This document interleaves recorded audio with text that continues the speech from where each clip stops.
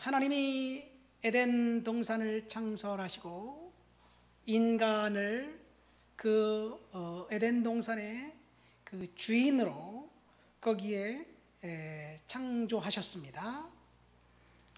이 땅에 인간을 하나님이 창조하신 목적, 이유, 그것은 한마디로 말해서 축복입니다. 인간이 이 땅에 존재하는 이유는 축복입니다. 그리고 하나님은 그 축복을 예배를 통해서 하나님을 온전히 예배하는 사람들에게 하나님이 축복을 허락해 주실 줄을 믿습니다. 하나님이 만드신 지구는 완전한 창조 세계였습니다. 그것이 에덴이죠. 그것의 주인은 아담이었습니다. 그런데 완전한 세계, 완벽한 세계의 에덴을 인간이 잃어버렸습니다.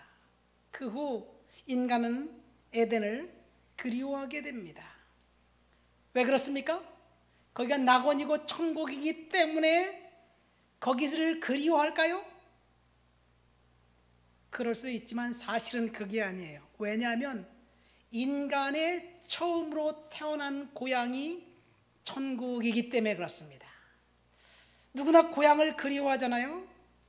6.25 전쟁이 끝난 지 한 70년 가까이 다 되는데 아직도 북한에서 온 생존자들은 고향 땅을 그리워합니다. 서로 고향 땅에 간다고 한들 그때 그 시절 자기가 뛰어놀았던 산하가 그대로 있을까요? 완전히 변해서 기억조차 나지 않을 텐데 고향을 가고 싶어 하는 거예요. 왜 그렇습니까? 거기가 태어난 곳이기 때문에 그렇습니다. 우리가 천국을 소망하는 이유는 그것이 이상향이기 때문에 그런 것이 아니라 우리가 태어난 고향이기 때문에 그렇습니다. 이렇게 하나님이 완벽한 천국에서 인간을 창조하시고 그리고 거기에 첫사람 아담에게 하나님이 처음으로 하신 말씀이 뭘까요? 아담에게 아름다운 곳을 만들어 놓고 난 다음에 너 선악과 따먹지 마. 선악과 따먹으면 죽을 거야. 이런 말씀을 처음으로 하셨을까요? 아닙니다. 하나님의 첫 마디 말씀은 선악과를 따먹지 말라. 막 먹으면 벌 받을 거야. 이것이 아니라 생육하고 번성하라. 땅에 충만하라. 땅을 정복해라. 땅을 다스려라. 그 말씀을 하셨어요. 그러니까 하나님의 첫 음성은 축복이었습니다. 완벽한 천국에서 완벽한 축복을 누리며 살도록 하신 것이 인간 창조의 목적이었습니다. 그런데 인간 스스로 그것을 차버렸습니다. 축복의 장소, 완벽한 장소에서 쫓겨났습니다. 비록 인간이 범죄해서 천국에서 쫓겨났지만 하나님께서 인간에게 주시고자 했던 그 축복을 거두고 저주를 임하게 하셨을까? 아닙니다. 하나님은 인간이 빼앗긴 축복을 회복할 수 있는 길을 열어주셨는데 그것이 예배입니다. 예배를 통해서 하나님은 빼앗긴 축복을 다시 주실 줄을 믿습니다. 저와 여러분들이 왜 이 자리에 나와서 예배합니까? 하나님을 예배하고 하나님을 높여드리면 하나님이 저와 여러분들에게 축복을 다시 허락해 주시는 거예요. 이사야 43장에 가면 이사야에게 이런 말씀을 합니다. 너를 창조하신 여호와, 너를 지으신 여호와가 말씀하시느니라. 두려워하지 말아라. 내가 너를 지명해서 불렀다. 너는 내 것이다. 말씀하셨습니다. 여기서 핵심은 창조하신 여호와입니다. 에덴의 낙원에서 아담을 창조하신 것처럼 하나님께서 새로운 언약을 그 백성들에게 허락하셨습니다. 내가 물 가운데 지날 때, 불 가운데 지날 때 너와 함께 할 것이다. 강을 건널 때 너를 물이 침몰하지 못할 것이다. 불 가운데 지날 때 불꽃이 너를 사르지 못할 것이다. 그렇게 하나님이 약속하셨습니다. 이 새로운 회복과 축복의 약속은 이사야를 통해서 유다 백성들, 심판받았던 그 백성들, 바벨론의 포로가 되어서 이제 완전히 절망 가운데 있었던 그 백성들에게 하나님이 허락하신 새로운 언약과 축복입니다. 다시 말해서 하나님은 아담 창조의 새 역사와 축복을 다시 허락하신 이야기예요.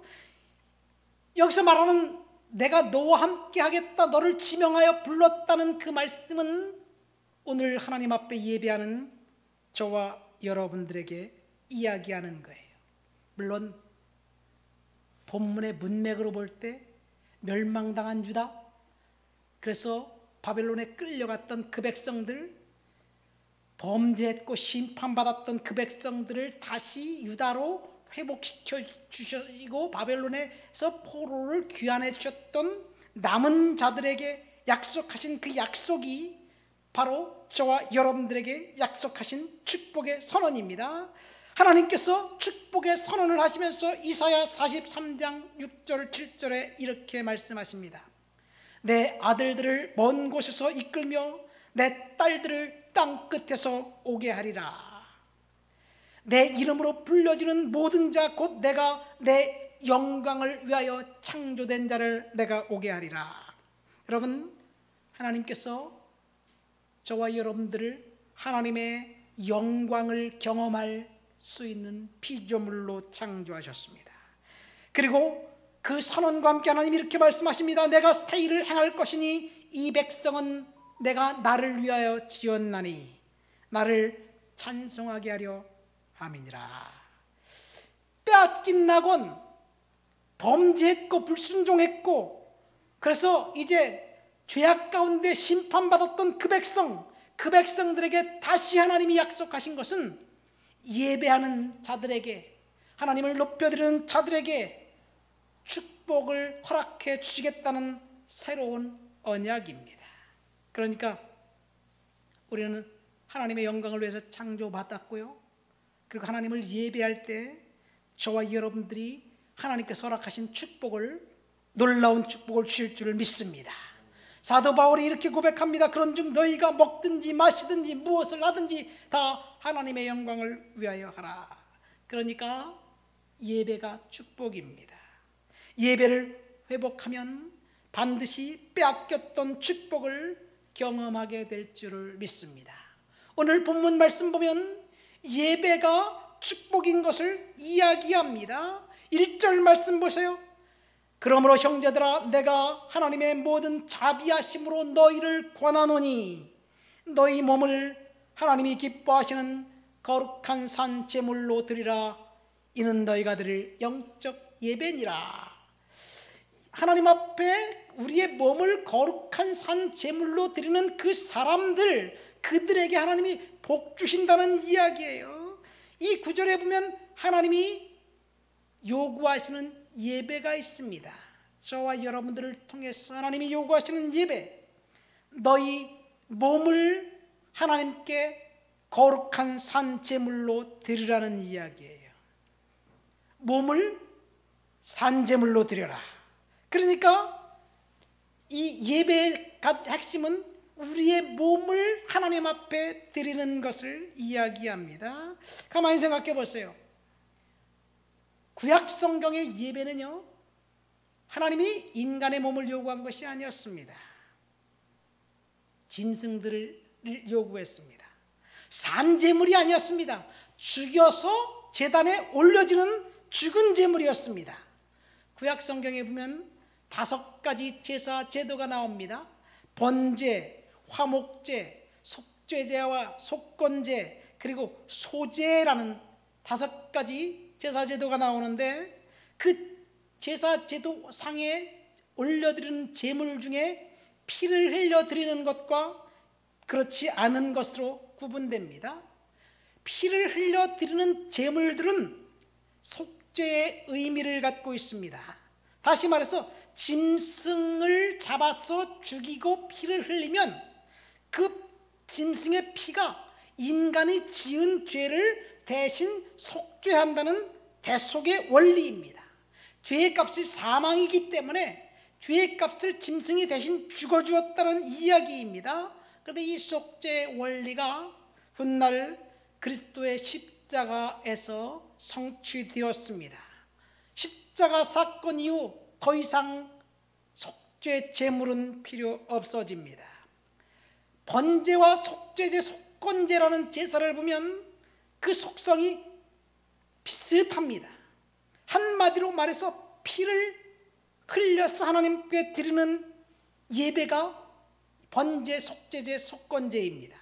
번제는 제물 전체를 다 몽땅 다 하나님 앞에 제단 위에 올려서 태워드리는 것이 번제입니다. 그러니까 번제의 특성은 하나님 앞에 완벽하게 온전히 드려지는 예배를 말합니다. 저와 여러분들이 하나님 앞에 드려지는 이 예배가 완벽하게 온전하게 드려지는 번제가 되어야 될 줄 믿습니다. 속죄제와 속건제는 동일합니다. 속죄제와 속건제는 죄를 용서받기 위한 하나님 앞에 드리는 제사예요. 그러면 왜 둘로 나눴느냐? 속건제는 물질에 관련해서 죄를 지은 것에 대한 용서를 위해서는 속건제입니다. 그런데 속죄제와 속건제의 제사는 특징은 이 제단 위에 올려서 불태워드리는 것은 기름 부분만, 짐승을 죽이고 기름만 따로 떼어서 제단 위에 불태워드리고 그 다음에 그 짐승의 뼈, 고기 이런 부분들은 다 제사장에게 드렸어요. 제사장 몫입니다. 그리고 피를 이제 제단에 바릅니다. 화목제는 아까 성찬식 할 때 제가 성찬식이 화목제라 그랬잖아요. 화목제는 말 그대로 사람과 사람 사이의 평화를 위해서, 공동 식사를 위해서 드리는 제물이에요. 그러니까 화목제 제물을 드릴 때는 화목제는 제사만 드리고 그 제물 되는 고기는 제사하는 사람이 갖고 와서 그날 하루 안에 다 먹어야 되는 거예요. 그 다음 날까지 남겨두면 제사가 의미가 없어요. 그러면 소 한 마리 잡아서 제사 드리고 그날 다 먹으려면 모든 사람들 어중이 떠중이 다 거린, 이방인, 나그네 몽땅 다 내가 싫어하는 사람, 좋아하는 사람 다 열심히 나눠줘야 될 줄 믿습니다. 이것이 화목제입니다. 오늘날 성찬식과 같습니다. 그런데 여기서 특징이 하나 있어요. 제사를 드릴 때 소나 양이나 염소를 누가 죽이느냐 문제예요. 제사 드리는 사람은 하나님 앞에 제사 드릴 때 송아지 한 마리 끌고 오면 제사장이 죽이고 각을 뜨고 피를 흘리는 것이 아니에요. 제사를 드리는 사람 자기가 직접 제사 드릴 양이나 소나 염소를 죽입니다. 내가 죽여야 되는 거예요. 근데 죽이기 직전에 하는 의식이 있습니다. 소나 짐승의 머리에 손을 얹고 안수하는 거예요. 안수하고 난 다음에 죽여요. 그 말은 무슨 말은 내 죄를 짐승에게 전가하는 것입니다. 이것이 속죄제, 번제, 속죄제, 화목제 모두 다 동일합니다. 제사장은 하는 게 없어요. 제사장은 단지 짐승이 죽일 때 흘리는 피를 양푼에 받아 놓은 그 피를 제단 사방에 뿌리고 그 다음에 제단 뿔에 바르는 역할만 합니다. 그리고 하나님 앞에 기도하고 하나님 앞에 제사를 드리고 이제 번제 같은 경우는 모든 그 짐승을 불태워드리고 속죄제와 속건제는 기름 부분만 불태워드리고 그 불태우는 역할만 합니다. 그러니까 제사장은 사실은 하는 게 없어요. 그런데 중요한 것은 속죄제와 속건제에서 제사장은 예배드리는 성도와 하나님 사이의 중재 역할을 하는 거예요. 그렇기 때문에 그 속죄제와 속건제의 제물은 제사장의 몫입니다. 자, 오늘 본문에 보면 너희는 거룩한, 너희 몸을 거룩한 산 제물로 드리라고 말하고 있습니다. 그런데 히브리서 10장에 가면 하나님이 더 이상 제사와 예물을 원하지 않겠다 말씀하셨어요. 더 이상 제사와 예물을 원하지 않겠다고 말씀하셨는데, 여기서 말한 제사와 예물은 번제제와 속죄제는 원하지 않겠다고 분명하게 이야기합니다. 왜 그렇습니까? 이제는 짐승을 잡아서 드릴 제사는 필요 없어진 거예요. 오늘 본문 말씀처럼 저와 여러분들의 몸을 하나님께 드리는 거룩한 산 제물을 하나님이 요구하시기 때문에 그렇습니다. 예수 그리스도의 십자가의 보혈로 말미암아 저와 여러분들은 이미 용서받았기 때문에 이제 더 이상 짐승 제물은 필요가 없습니다. 그래서 십자가에서 흘리신 보혈의 능력 때문에 저와 여러분들이 구원받았습니다. 그래서 예수 그리스도만이 구원의 유일한 길입니다. 이것을 강조하기 위해서 주님께서는 번제와 속죄제를 폐했다라고 히브리서 10장에 고백하고 있습니다. 오늘 본문에 보면 제사장이 하나님 앞에서 이제 그 중재하고 성도들이 하나님 앞에 예배드리는 그 예배를 요구하는 것은 우리의 몸이라고 이야기합니다. 우리의 몸을 드리는 것이 거룩한 산 제물이라고 이야기합니다. 여기 나와 있는 몸 그리고 마음 무엇일까요? 우리가 어떻게 하나님을 예배해야지 거룩한 산 제물로 하나님께 드릴까요? 사실 우리의 몸은 여기에 나와 있지만 마음은 다른 곳에 가 있을 수도 있어요. 근심과 걱정이 늘 머릿속에서 못 떠나지 않으니까 그런 생각을 하면서 하나님 앞에 예배 드릴 수도 있어요. 반대의 경우도 있을 수 있습니다. 몸은 여기 나와 있지 못해서 온라인 예배를 드리지만 하나님을 예배하고 하나님을 열정적으로 예배하고 싶은 그런 마음을 가지고 하나님 앞에 예배하는 사람들도 있을 것입니다. 그러면 무엇이 살아있는 예배일까? 오늘 본문 말씀처럼 살아있는 예배가 되려면 본문 2절과 연관이 되어 있습니다. 우리 한번 2절 말씀을 다 같이 한번 읽어볼까요? 본문 2절 말씀을 다 같이 읽겠습니다. 너희는 이 세대를 본받지 말고 오직 마음을 새롭게 함으로 변화를 받아 하나님의 선하시고 기뻐하시고 온전한 뜻이 무엇인지 분별하도록 하라. 여기 보면 예배가 축복인 살아있는 예배가 되기 위해서 2절에 보면 세 가지를 이야기하고 있습니다. 첫 번째, 이 세대를 본받지 말아라. 두 번째, 우리의 마음을 새롭게 변화를 받아라.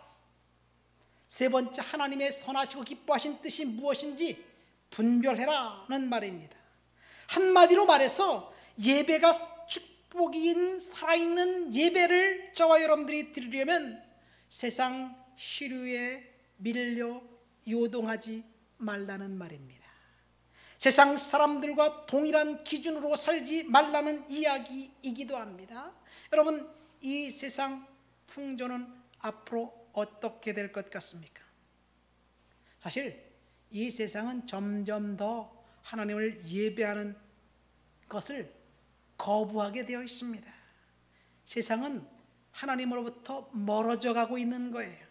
우리가 애쓰고 힘써서 하나님의 은혜 안에 살려고 발버둥 치지 않으면 사실은 자동적으로 하나님으로부터 멀어지게 되어 있습니다. 예를 들어서 그런 거예요. 여러분, 이제 성탄절이 다가오죠? 언제부턴가 우리 주위에서 크리스마스 캐롤이 사라졌습니다. 크리스마스 캐롤 들은 적이 얼마나 되나요? 제가 어렸을 때, 젊었을 때는요, 성탄절 11월 달만 되면 그냥 크리스마스 캐롤이 항상 흘러넘쳤어요. 레코드 가게에서도 그렇고 방송에서도 그렇고 여기저기서 크리스마스 캐롤이 흘러넘쳤습니다. 그런데 언제부터인지 크리스마스 캐롤은 종교적인 색채가 너무 강하기 때문에 거부해야 한다는 논리가 정치의 옷을 입고 바뀌어버렸습니다. 성탄 전에 사람들은 메리 크리스마스, 메리 크리스마스 이렇게 인사했습니다. 그런데 요즘은 메리 크리스마스라는 인사를 못합니다. 아니, 의도적으로 못하도록 만듭니다. 메리 크리스마스라는 말 대신 해피 홀리데이 시즌이라는 말로 바꿔버렸어요.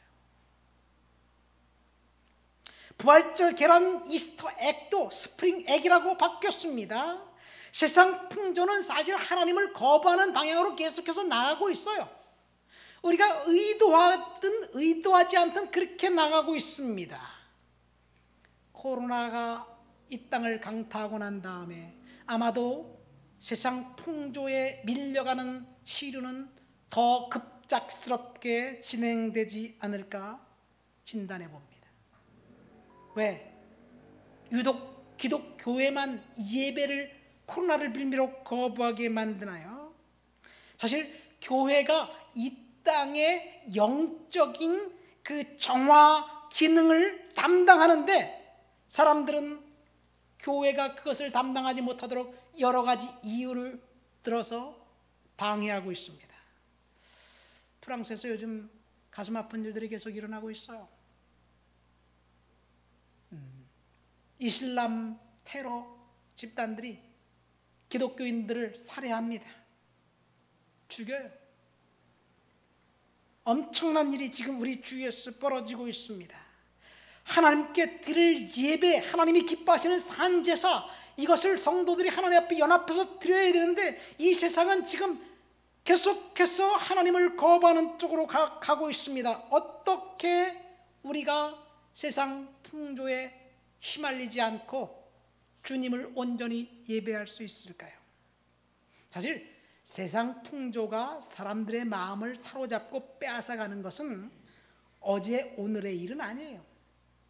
성경 시대에도 있었고 초대교회 시대에도 있었고 계속해서 있었습니다. 그러나 성도들이 하나님 앞에 결단하고 믿음으로 예배하기로 결정한 사람들을 통해서 복 주시는 거예요.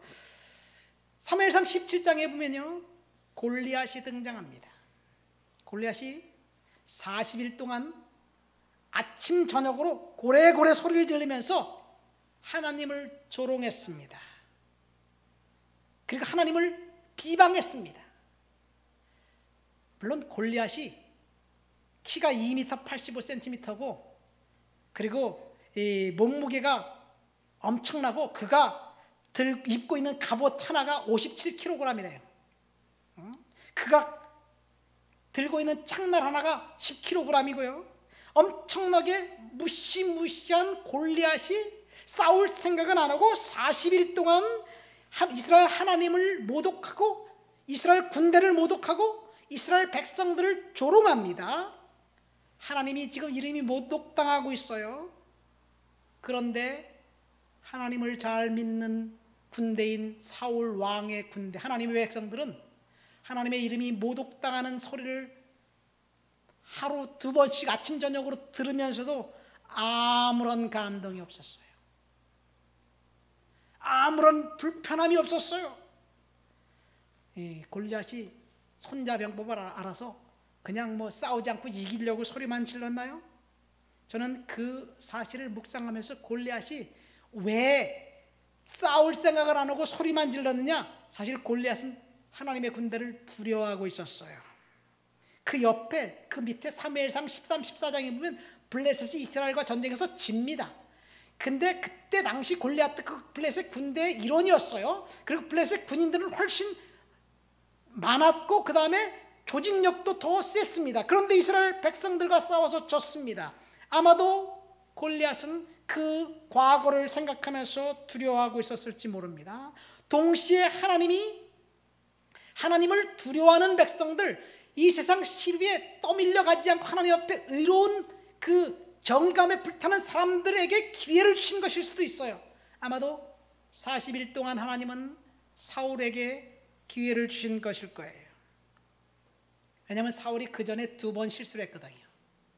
하나님의 이름을 걸고 거룩을 회복할 수 있는 기회를 주었을 거예요. 그러나 사울은 그 기회를 차버렸어요. 왜요? 세상 사람들과 동일하게 생각했기 때문에 그래요. 거기에 다윗의 형 3명이 거기에 전쟁의 병사로 참전하고 있었습니다. 그 다윗의 형들 3명이 만약 하나님의 거룩한 이름을 위해서 싸우기를 결정했다면 그들은 가만히 있지 않았을 거예요. 그런데 그들 역시 침묵했습니다. 사울 왕은 골리앗을 죽이는 자에게 내 사위로 만들겠다, 이렇게 말하는 것밖에 없습니다.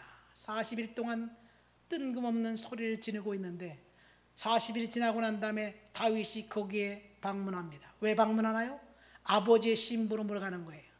아버지의 심부름으로 형들이 먹을 양식들과 그 다음에 음식들, 형들의 안부를 묻기 위해서 아버지가 보냅니다. 그런데 다윗은 첫 마디, 골리앗이 외치는 그 첫 마디를 듣고 분노했어요. 저가 누구게 하나님을 조롱하는가? 그러니까 다윗은 세상 풍조에 밀려있는 사람이 아니라 하나님을 중심으로 하나님을 예배하는 사람들이었어요. 그래서 다윗이 분연히 일어나 골리앗을 죽입니다. 이것이 하나님이 다윗을 축복하신 이유입니다. 다윗은 예배를 통해서 축복받은 사람이었습니다. 그러고 보니까 다윗이 하나님 앞에 그 사무엘 선지자를 통해서 기름 부어 왕이 된 것도 사실은 하나님 앞에 품고 있었던 열정 때문에 그를 하나님이 축복하지 않았나 생각됩니다. 여러분, 중요한 것은 우리가 이 세상 풍조에 밀려서 세상 사람들과 동일하게 생각하고 세상 사람들처럼 하나님을 예배하는 일에 무감각하게 산다면 그것은 축복된 인생이 아니에요. 하나님을 온전히 예배하는 저와 여러분들이 되어야 될 줄 믿습니다. 솔로몬의 경우도 보세요. 솔로몬이 왕이 되었습니다. 그래서 솔로몬이 지금 왕이 되고 난 다음에 첫 번째 한 일은 하나님을 예배하는 일이었어요. 1000번제를 하나님 앞에 드렸습니다. 아무것도 안 하고 하나님 앞에 예배만 했습니다. 그래서 하나님이 솔로몬을 축복하셨습니다. 사람들은 솔로몬의 축복에 대해서 이렇게 오해합니다. 하나님이 솔로몬이 하나님 앞에 1000번제를 드리면서 하나님 앞에 기도했더니 지혜를 달라고 기도했더니 하나님이 지혜도 주고 다른 거 다 줬다 그러는데 사실은요, 솔로몬이 한 일은 예배한 것밖에 없습니다. 그런데 하나님이 나타나셔서 내가 너에게 뭘 줄까? 그러니까 솔로몬이 하나님, 내가 아버지 대신해서 왕이 됐는데 지금 내가 두렵습니다.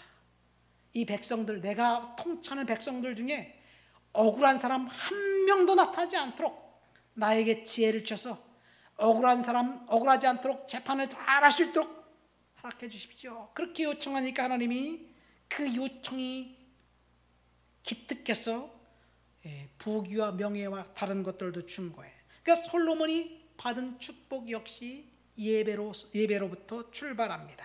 오늘 본문 말씀을 통해서 저와 여러분들에게 주는 교훈이 뭡니까? 예배 회복과 축복이라는 것은 저와 여러분들이 하나님 앞에 열심을 품고 예배하기만 하면 하나님이 복 주신다는 이야기예요. 그래서 우리는 예배를 통해서 복받는 인생 되어야 될 줄 믿습니다. 예배는 단어가 영어로 worship이라고 합니다. worship이라는 말은 works, 가치라는 단어와 ship이라는 단어, 신분을 뜻하는 ship이라는 단어의 그 합성어입니다. 세상의 존경과 가치를 드릴 만한 하나님을 높여드리는 것이 예배입니다. 그렇기 때문에 저와 여러분들 하나님을 가장 높여드리고 온전히 하나님을 예배하면 하나님이 복 주실 줄 믿습니다. 제가 며칠 전에 욥기 1장을 묵상하면서 깨달은 것이 있어요. 욥은 어느 날 갑자기 재난을 당했습니다. 욥이 잘못한 게 하나도 없어요. 갑자기 빌딩이 무너져 내리고 자식들 7남 3녀가 일순간에 죽어버렸어요. 소는 밭을 갈고 나귀는 그 옆에서 풀을 뜯고 있는데 도적대가 나타나서 소와 나귀를 훔쳐갑니다. 소는 밭을 갈고 나귀는 풀을 뜯고 있다는 그 구절을 보니까요, 정말로 평화롭고 한가하고 아주 축복된 고요한 그런 상태예요. 그런데 그 고요한 상태에 있었던 욥에게 갑자기 도둑대가 나타나서 싹 다 채간 거예요. 동시에 천둥과 번개가 치더니 양떼들을 다 죽여버렸어요. 그리고 욥에게 남은 것이 아무것도 없었습니다. 일순간에 욥은 다 잃어버렸어요. 재난을 당했습니다. 그 절대절명의 참혹한 순간, 위기의 순간, 욥이 한 일은 딱 한 가지예요. 욥이 뭘 했나요? 공수고 공수래. 내가 아무것도 갖고 오지 않았고, 그랬기 때문에, 알몸으로 왔기 때문에, 내가 알몸으로 하나님이 나를 다 빼앗아가도 나는 괜찮다. 그러면서 하나님을 원망하지 않고 하나님을 예배했습니다. 그래서 욥이 축복받은 거예요. 근데 제가 이 욥을 묵상하면서 가만히 나 자신을 생각해 보니까요, 내가 재난당하고 내가 어려움당하고 내가 환난당하는 이유는 나에게 있더라고 보니까요. 그런데 나는 나 자신을 점검해 보면서 하나님 앞에 회개해야 되는데 하나님을 원망해. 욥과 완전히 다르더라고요. 그래서 제가 회개했어요. 여러분, 환경을 탓하고 다른 사람에게 책임을 전가하고 어렵다고 힘들다고 지쳐있다고 불쾌하다고 하나님을 예배할 생각을 하지 않고 하나님 앞에 불평되는 우리 자신의 모습, 그러면서 포기하는 우리 자신의 모습, 그렇기 때문에 하나님이 복 주시려고 해도, 축복하시려 해도 축복이 비껴갈 수밖에 없지 않는가, 이런 생각됩니다. 축복이 나에게서 비껴간 이유는 하나님을 온전히 예배했다면 다시 찾아올 터인데 그렇지 않았기 때문이 아닌가 생각됩니다. 여러분, 예배가 축복입니다. 말씀을 맺습니다. 예배가 축복인 것은 확실합니다. 오늘 본문에 보면 너희 몸을 거룩한 산 제물로 드리라. 하나님 앞에 우리의 몸을 드리는 그 사람들, 이 세대를 본받지 않고 하나님 앞에 열심을 품고 있는 그 사람들, 하나님이 그 사람들을 통해서 복 주시고 은혜 주시고 그 사람을 통해서 일하실 거예요. 그런데 성경 말씀에 보면 예배가 축복임과 동시에 예배가 어떤 사람에게는 저주가 되기도 했습니다. 가인과 아벨의 경우를 보세요. 동일하게 예배했는데 가인은 하나님을 원망했습니다. 예배하고 난 다음에 가인은 살인자가 되었습니다. 사울 왕 보세요. 하나님 앞에 번제를 드리고 제사를 드렸습니다. 그런데 사무엘 선지자가 오자 그를 책망했습니다. 내 왕위를 내게서 빼앗아 내 마음에 원하는 사람에게 하나님이 주겠다, 하나님이 선언했습니다. 사울 왕은 하나님 앞에 예배 드리고 난 다음에 사무엘 선지자를 만났고 그 이후에 괴물이 되어버렸습니다. 우리가 하나님 앞에 드려지는 이 온전한 예배가 하나님으로부터 축복된 그런 예배가 되기를 예수님의 이름으로 축원드립니다.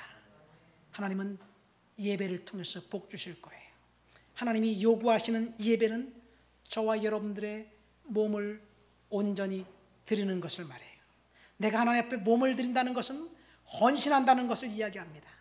헌신한다는 것은 사실은 내 생각대로, 내 감정대로, 내가 원하는 대로 행동하지 않겠다는 결단입니다. 내가 원하지만 하나님이 원하면 순종하겠습니다.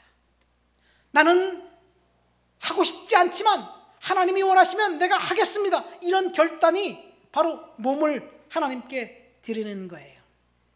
우리가 결단하지 않으면 이 세상 풍조는 점점 더 하나님을 예배하는 것으로부터 멀어져 갈 수밖에 없어요.